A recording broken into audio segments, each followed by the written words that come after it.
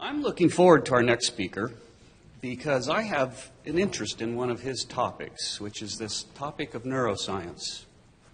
And if there's anything that is really powerful, it's been our ability to do brain imaging and to really begin to understand what this thing is we've got running up here. Chris is a neuroscientist, and he is the vice president of the Santa Fe Institute. In particular, he is interested in this relationship between digital computation, a la Turing and von Neumann, and the kind of computation that we have running up here. And he finds it very interesting that it was this device, which we mistakenly sometimes think of as a computer, that actually invented computation. But what is really interesting is that he is focused on, and we're hearing it all the time now, this getting out of silos and connecting these dots between different disciplines, a transdisciplinary research is what he's helping lead into complex adaptive systems. And his purpose today is to talk to us about that and how that fits into the Center for Understanding Change. Thanks very much for that kind introduction. And thanks to Brad for the opportunity to be here today. In the brain, there is gullibility. How gullible are you? Do you think a neurosurgeon could go into your brain, remove your gullibility, and leave everything else alone? If so, you're pretty gullible and perhaps ought to consider such an operation. I begin with that wonderful self-referential paraphrase from a line in Douglas Hofstadter's Pulitzer Prize-winning book from 1979, Gödel Escherbach. This crowd, if you don't know that book, go pick it up somewhere because you'll love it and it will bend your mind in very interesting ways. I begin with it because in a very interesting way it characterizes the work of the Santa Fe Institute over its 28-year history. How does a macroscopic phenomenon, a behavioral, a cognitive phenomenon like gullibility arise from the activity of individual brain cells and molecules? How does my brain enable me to stand here before you and to speak words that I have at least some inkling that may get through on the other end, at least probabilistically speaking? How do the properties of cells arise from individual molecules? How do organs like the brain or your liver or your heart arise from the properties of the individual cells that give rise to them? How do phenomena like economies, like conferences like this one, like societies as a whole, arise from the activities, the decisions, the actions of individuals like each of us? Those are the kinds of questions that the Institute has been focused on since its inception. And arguably, it's the kinds of systems that exhibit those properties that are at the heart of the major challenges that face us today worldwide. They're at the heart of the sustainability question that is our general focus in this meeting this morning. But they're also at the heart of climate change. They're also at the heart of world conflict. They're at also the heart of interpersonal relations between each of us, and on and on and on. What are these systems? Well, the Institute has referred to them as complex adaptive systems. What do I mean by that, and what does the Institute mean by that? It means they're systems made up of many, many, many, in some cases even uncountable individual components, each of which has many, many, many, sometimes uncountable connections to each of the other components. Many of those individual connections are nonlinear, and hence their interaction makes the system as a whole extremely difficult to understand and to predict. It also means that very small changes in one location can lead to very, very large changes at other locations. And even more important than any of those features, such systems adapt over time. They change over time in unpredictable ways, both in response to their own changing states and also in response to the changing states of other aspects of their environment. The Institute focuses on those systems across a huge range of scales, from quantum mechanics at one end through societies and economies at the other, and everything in between. I want to pick, for purposes of illustration, two kinds of examples, one of which is of general interest, I hope will be of general interest to this group, and the other more specifically focused upon some aspects of software that I think you'll find interesting. The first is the problem of trying to understand large-scale social systems like the economy. We went through a near-death experience a couple of years ago. Depending on who you listen to, it was closer to death than if you listen to others. But it was a serious challenge to the world economy from which we have not yet recovered, and arguably from which many of our fellow citizens, and probably some in this room, are still feeling severe dislocation and pain as a consequence.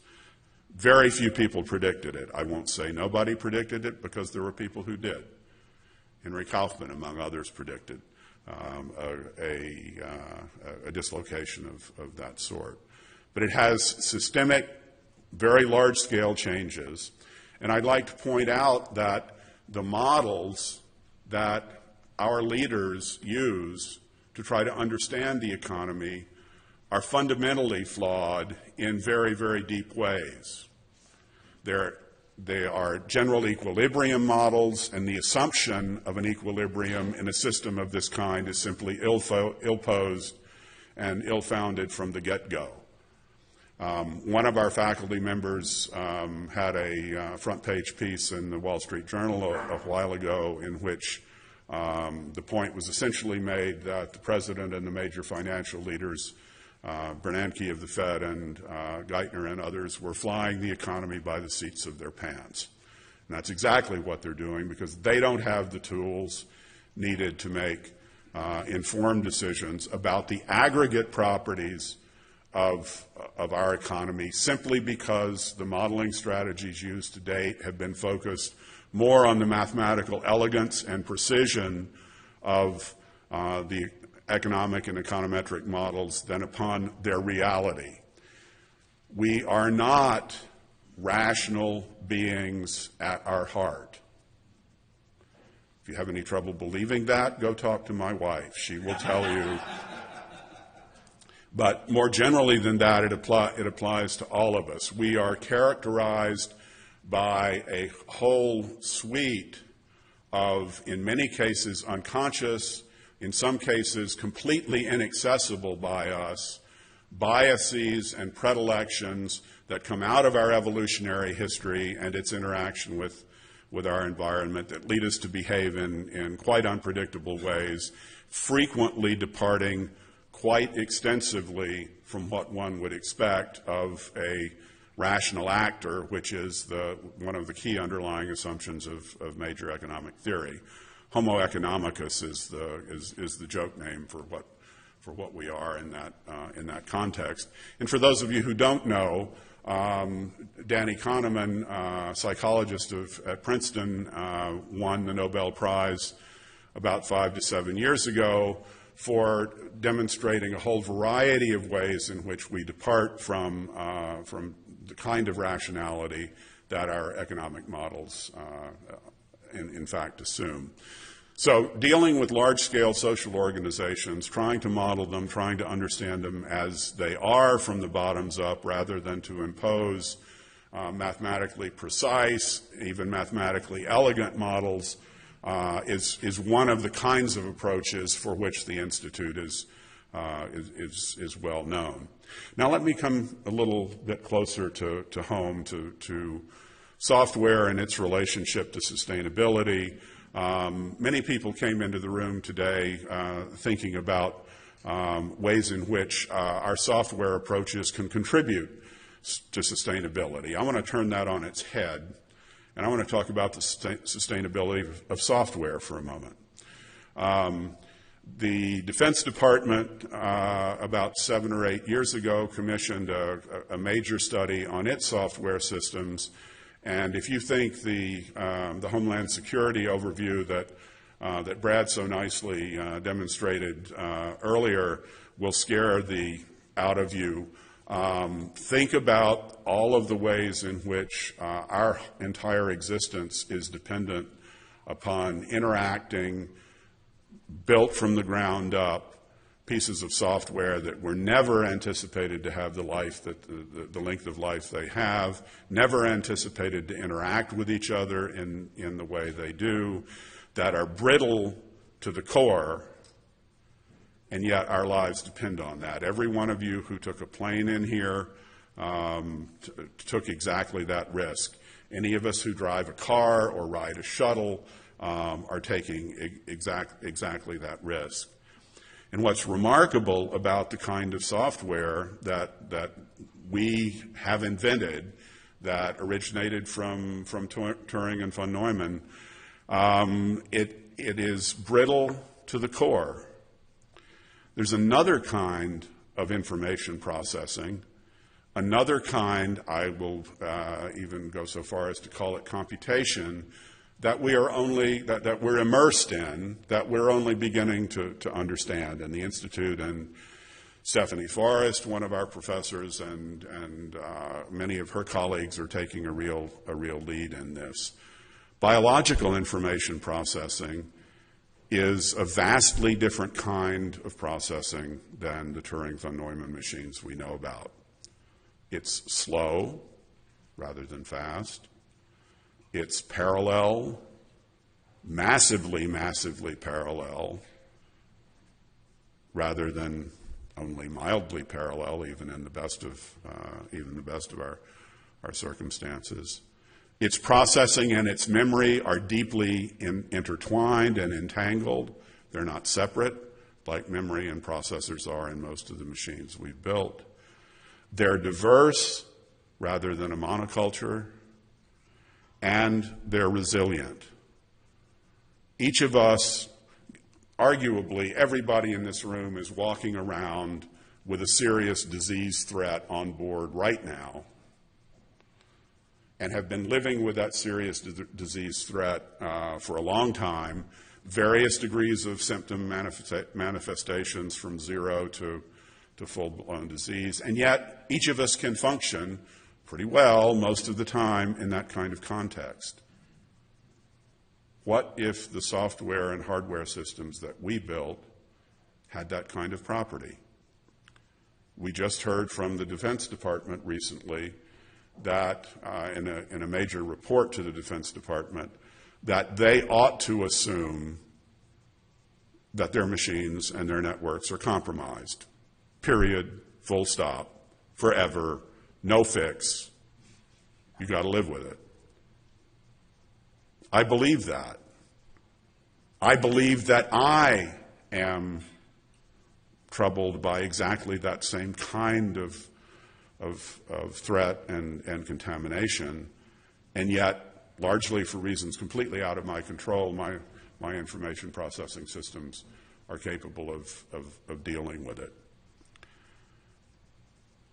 Stephanie and her colleagues have developed a variety of approaches to making our manufactured computers, hardware and software systems, more biological-like. Diversity, resilience, parallelism. All of those are approaches that can be implemented in the kinds of digital systems we build. Let me just give you one other example. Our immune systems are the best virus detection systems in the universe. They are literally built to recognize threats that they have never seen before. Very few of our digital systems are built from that perspective. So biology offers a whole variety of both conceptual metaphors and real implementation opportunities to improve the kind of information processing systems that we have. Thank you for your attention and your gullibility.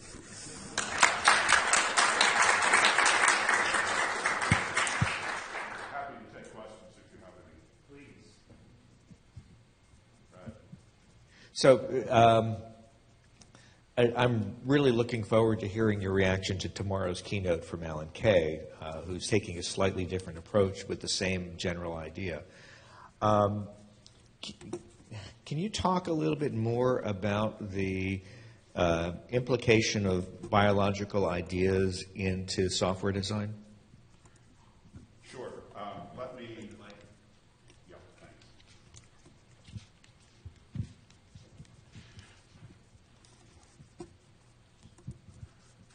The hardware-software distinction, which is so very, very clear to us, or so we think it is very, very clear to us, is in fact in my opinion, a superficial and a possibly misleading way to view the systems that we build and we run. The old joke is, I'm a programmer. Here's my soldering iron and my resistors and capacitors. That's what programming is. You are setting the states of a, in most cases, digital machine, and then turning that machine loose. So the software, what we think of as software, is in effect an increasingly clever, well-developed, very systematized way of setting the states of a physical machine that we are then going to turn loose on the world. Clearly, we can intervene again. We can download more software when we're interacting with the web. You can think of it as a completely interactive process. But software is simply setting the states of a physical machine. And what I believe the clearest and the most important implication of the biological metaphor for the software-hardware ecosystem is diversity. I think we need vastly more diversity than we have today, both in what we call software and in what we call hardware.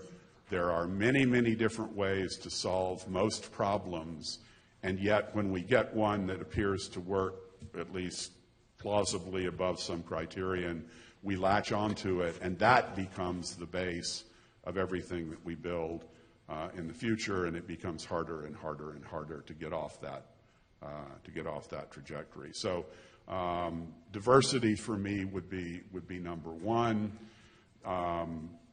There is still a large platform monoculture, despite the proliferation of phones with non-Wintel architectures. There's still a vast concentration of hardware, software into a couple or three or four major ecosystems. Turning that into dozens of ecosystems rather than a few would go a long way, and there are ways to do that within the existing architectures, and I'll be happy to talk with any of you who are interested in that in more detail. Thanks, Fred. Thank you, Chris. Thank you very, very much. Very inspiring.